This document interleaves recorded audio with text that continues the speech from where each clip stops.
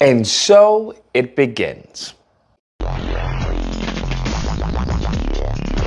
Oh my goodness. So Trump has been rolling out a whole bunch of executive orders. I mean, one by one. I believe historically he's done more executive orders on day one than any president to date. Out of all the executive orders, there were a couple that caught my attention. One just so happened to be regarding workplace discrimination that was enacted by LBJ in 1965. All right, just to keep that in mind, this is something that Trump has rolled back. It's an order regarding discrimination based on sex, race, color in the federal workplace. That is something that he rolled back, that he doesn't want anymore. And he cited, get this is the irony, he cited DEI. Well, he doesn't want DEI and it's got to be merit-based.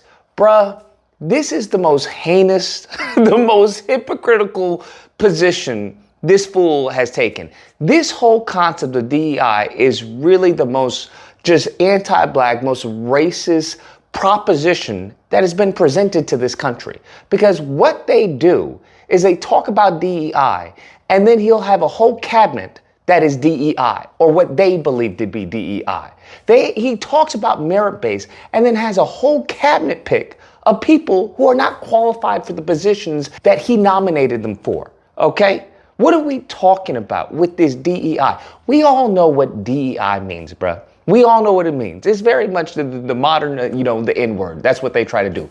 Their dog whistles, like I said, their dog whistles are becoming less dog whistly and more of just a dog barking, okay? That's what it's become. They don't need dog whistles now anymore because they constantly want to talk about a colorless, a colorblind society.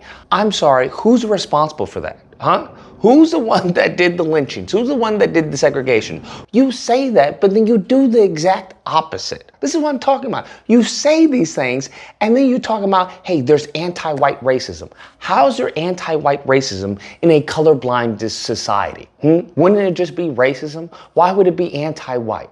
This is the hypocrisy that I'm talking about. They talk about merit-based, but then they have, Pete Hegseth. Then they have his vice president who's been in Congress, I forgot, 2 years, but yet want to talk about what we want merit-based policies. That's what we want. This is foolishness.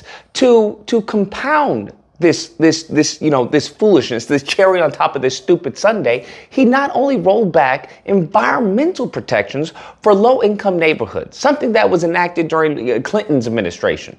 This is what we're dealing with. This is the type of harm that's coming to our communities, what's left of them, all right? Because they've already been gentrified for the most part. So he's looking to finish the job. He's looking to finish the job. And this is something that I talked about. I warned black people about as far as extinction. All these Negroes in the comment section want to tell me, oh, we ain't going to go extinct. We can survive. We can survive. The issue is not surviving, pimpin'. The cockroach can survive. Do you want to be a cockroach? Is that what you want to be? You want to be a human-sized cockroach? That's how you want to be viewed in society? Oh, we can treat them any type of way. They'll survive. They'll be okay. Don't worry about them. Is that how you want to be treated? Y'all got to think, bruh. Y'all got to think. And I wonder, to all the FBAs, ADOS, whatever y'all want to call yourself, the goofies out there, do you really care about whether Kamala is black or Indian now? Is this what you care about? Is this now what's really the deciding factor? Or do you think that you made a mistake? Do you think that maybe you got hustled? You got bamboozled, all right? Do you think that maybe you are listening to people who are COINTELPRO? Trying to tell you to sit on the couch 2024. That's a trick bag family. Now you got this man doing all types of crazy stuff, bruh.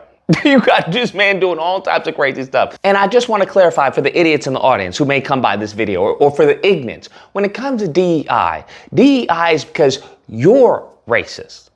Think about that. DEI has nothing to do with us. DEI was to protect us from you.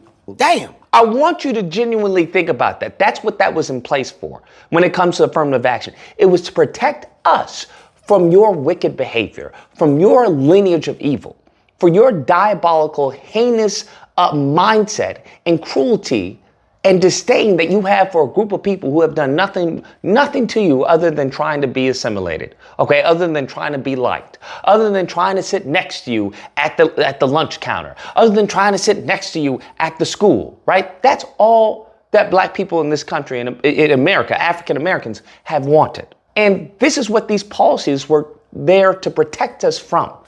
So now I want you to think about this. When we have Deshaun and we have Tyler, and the workplace is filled with Tylers. You have 800 Tylers, all right? 800 Tylers. The whole purpose of DEI was to say, hey, how about you give Deshaun a chance? He's just as qualified as Tyler. The only difference is that he's black. That's the only difference. The only difference is that actually he didn't come from a good neighborhood. He came from a low income neighborhood, and he had a lot of hurdles and a lot of obstacles that he overcame to get to this point. How about you give Deshaun a chance? That's what this was all about. That was the whole point of DEI, the whole point of affirmative action. That was the whole point, due to the heinous behavior, not of you necessarily, but due to your ancestors, of what they did to our ancestors and what you guys are currently doing to us right now. That's the whole point of that, was to give Deshaun a chance. You constantly say lift yourself up by the bootstraps. Well, allow him to buy some bootstraps to lift himself up with. Allow him to give him the mobility to do that, the financial mobility to do that. You have millions and millions of Tylers already in the company. And what they did with that was perverse it. Because that's what they do. They do, as the scripture says, come to kill, steal, and destroy. They have perversed that into, well, this person is less qualified. This person is less qualified. They have done this time and time and time again, every single time that we've made a little bit of progress. Where do you think we get a lot of these stereotypes? There are stereotypes there to hinder us, to make us feel bad about our progress. For example, when it comes to the watermelons, that was fruit that our ancestors sold to make a profit. What do? They belittle and demean the watermelon. They want to say, oh, they associate with black, and black is already bad, so now it's a bad fruit. Now, that's where that comes from. If you look into a lot of this stuff, if you look at the history of the lineage of evil that these people have done, you see that they're doing the same playbook. Right? So when you get into the school, now you're bad. Well, A, because you're black, and B, because of affirmative action, and we all know you're not qualified to be here. Okay, you shouldn't be here to begin with. So that's what they do. They try and make you feel bad for progressing, because what it's about power. It's about dominance for them. It's a power control, because they severely lack on a multitude of characteristics and traits. Okay, so if you know anything about Frances Welsing, you can read her paper, the ISIS papers, read that book. But at the end of the day, this is what it boils down to. This is what it is. And removing, as far as environmental protections, I think that's pure evil. I think that's pure wicked. But yet these are the same people, right? The idiots of the Republican Party. They're the same people. They're them, because you have to understand the majority of them are low income. They're not highly, they're majority low income to middle income earners. This is going to impact them as well. And they don't care. They really don't care. As long as it impacts us and hurts us more, they're fine with it. They'll bite their tongue. They'll white knuckle it through just to see us hurt. Damn. I've also heard, I would say, some coon talk being masqueraded as black empowerment. That's what I will say. I've heard other people address what Trump is doing and saying, well, I don't need this anyway. Black people, we can do it without them. We don't need them. You can miss me with this nonsense, all right? You can miss me with this nonsense. No one ever said that we needed that or didn't need that. No one ever said that at all. Clearly, we needed it to protect us from their wickedness and their evil behavior. That's what we needed. It wasn't a crutch at all. Anytime something happens for us, it's always viewed as a crutch. Anytime something is done for us, it's always viewed as a handicap. When it's done for the dominant society, then, well, this is for the American people. This is what the American people need. Well, when it comes to welfare, the welfare was created for them, right? At that point in time, well, it's like, hey, we got to help the American people. That's what we have to do. We have to help our American families. Then when we start to get on it, oh, look at that. Just a welfare baby. That's what you are. That's what they do.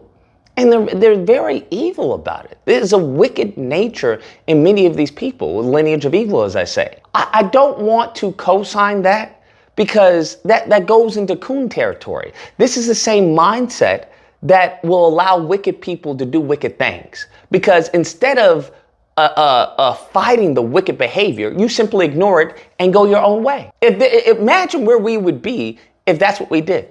What would you do? Because it gets to the point, you have to understand, they're not looking to stop here. They're looking to expand. That's what you have to understand. These black people want to tell you, well, just if they won't hire black people there, well, go work somewhere else. Okay, what happens when they take that business? They buy out that business, right? What happens when they take over that community? What happens when they constantly go from this community to that community, that city to that city, that state to that state, that country to your continent? Then what? What happens when you have nowhere else to go? What happens then? Are you going to fight then? By then it'll be too late. So these people constantly saying, well, I don't need that. And you know what? We can do it, black people. Yeah, we can do it. We can chew bubblegum and walk at the same time. We can fight these battles of racism and also build, because both of them are going to have to occur. You're going to have to build in order to fight. It's just what it is. You're going to have to build in order to fight. If I want to sit at that table, I should be able to sit at that table. I don't care if you like it or not. I'm going to sit at that table. Okay? Now, do I have my own table in my own community, my own neighborhood with my own friends that I can go to and sit down to? Yes, absolutely. But both of those can coexist. Okay? Both of them. They haven't been stopped to do anything they wanted to do, but it's always for us. We have to, as far as bend down, we have to, to appease. Well, okay, fine. You don't want me here. I'll go there. No, absolutely not. I'm sorry. And it has nothing to do with not being wanted somewhere. It has nothing to do with it. They're not wanted halfway. I won't say that, but that hasn't stopped them from doing anything. They didn't want to, they're not wanted in some lands. They go in that land and they take it over, okay? They get people divide and conquer and they take it over. So you can miss me with this nonsense. So I've heard that there seems to be some coon Sambo babble being masqueraded as black empowerment, and I don't co-sign that. I think this is bad. I think this is 100% bad. Now, as I've always said, in tandem with the lineage of evil and what they plan on doing is that, this may have a positive effect of forcing us into greatness. That's what I've said. Where this may have a positive effect, what the devil means for evil, God means for good, where this may force us into greatness. Because those are only two options. You sink or swim. That's what I've said. And it's now finally happening. I told you all this about more than 5 years ago. I was like, we got 5 years until we're extinct. They looking to expedite that, as we see. That time has come. Whereas now it's either sink or you swim. That's what it is. So we're going to see how much of this, unity and FBA and ADOS and reparations and all that, how much of this is actually real and how much of this is internet talk and Twitter spaces. That's what we're going to see. How much of this is grifting and how much of this is actual leadership. How much of this is actually mobilizing and organizing for an actual specific goal, okay, for our empowerment. We'll see. Anyways, guys, that's the video. Let me know what you guys think, whether or not you believe, look, this is a good thing, okay? We don't need them anyway, all right? We're going to do it on ourselves. Or if you don't believe, that's cool and all, but we haven't done that yet. So I don't know what to tell you. That's not good what Trump did. That's very bad, and it's based off of lies. It's based off of racist lies, racist stereotypes. Just as they've, as far as used our words as far as woke to malign us. Imagine using our words to malign us. Okay, we're dealing with evil here. We're dealing with evil here. So maybe that evil forces us into greatness. Okay, like how a diamond is made or a pearl is made or whatever. But I guess time will tell. Nevertheless, if you happen to disagree, you know where to find me. Friday through Sunday, Disagreement Day. Call in and we'll duke it out. Otherwise, hope you guys enjoyed the video. If you did, please feel free to like, share, comment. Let me know what you guys think about this. What's your take on it? Positive, negative, neutral, and subscribe. And that fun stuff. Till next time, guys, be amazing. Just a welfare baby. That's what you are.